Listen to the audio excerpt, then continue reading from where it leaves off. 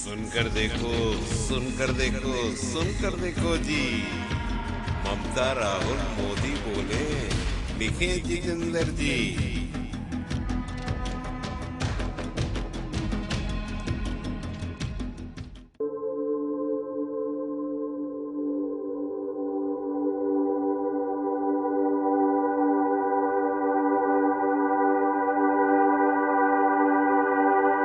आज आप सभी जानते हैं कि ज़्यादा विस्तार में कुछ बोलने की ज़रूरत नहीं है। हम लोग सब यहाँ पे आए हैं और पूरे देश भर में ये विरोध प्रदर्शन हो रहे हैं जो कत्लेआम हो रहा है हमारा जनतंत्र का। 150 के करीब पार्लियामेंट मेंबर का सस्पेंशन कभी सुना नहीं इतिहास में, और इस तरीके से सस्पेंड करने का मतलब है कि अगले बार अगर जीत के आएंगे तो पार्लियामेंट भी रहेगी या नहीं रहेगी, उसके ऊपर एक प्रश्न चिन्ह है।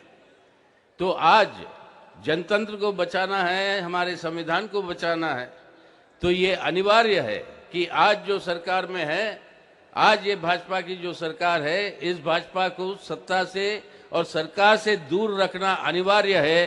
तभी अपना भारत को हम बचा पाएंगे और उसी संकल्प लेने हम यहाँ पे आए हैं। हम आज हमारे भारत और संविधान को बचाएंगे, और ये बचाने का काम, हमारे संविधान का पहला शब्द क्या है? हम लोग, यानी देश की संप्रभुता हमारी है, यानी लोगों की। और ये संप्रभुता किस तरीके से हम लागू करवाते हैं? हम चुनते हैं हमारे प्रतिनिधि, और वो प्रतिनिधि बनाते सरकार। सरकार की जवाबदारी है पार्लियामेंट को, और एमपीओ की जवाबदारी है लोगों को। ये है संविधान का सारांश। आज पार्लियामेंट को ही भंग करते हुए, एमपीओ को हटाते हुए, इस संविधान का पूरा रीढ़ की हड्डी को तोड़ रहे हैं मोदी साहब और ये भाजपा की सरकार। तो आज उनको सत्ता से हटाना जरूरी है।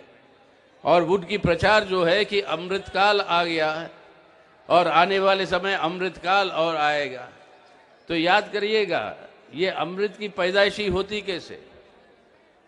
विष्णु पुराना कहता है कि समुद्र मंथन जब चल रही थी तब अमृत का कलश जो है उभर कर आया।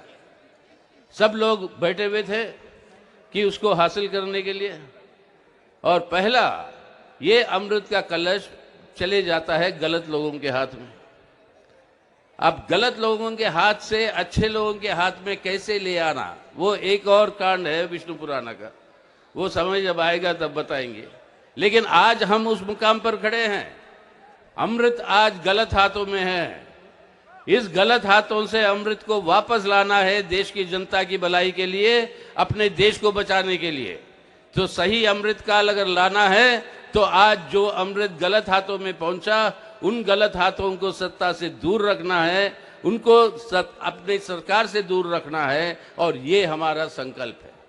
तो आज ये हमारी देशभक्ति का प्रतीक है कि आज हमारे देश की संरक्षण संविधान का और जनतंत्र का अगर ये करना है, तो आज हमारी अपील पूरे देश भर में, हम सब पार्टियां यहाँ पे जो 28 पार्टियां हैं, इन सब पार्टियों के घटक पूरे देश भर में इस तरीके के विरोध प्रदर्शन कर रहे हैं, और आने वाले चुनावों में मिलकर चुनाव लड़ेंगे, और लड़कर आज जो है इस सरकार को सत्ता से हटाकर देश को बचाएंगे, जनतंत्र को बचाएंगे।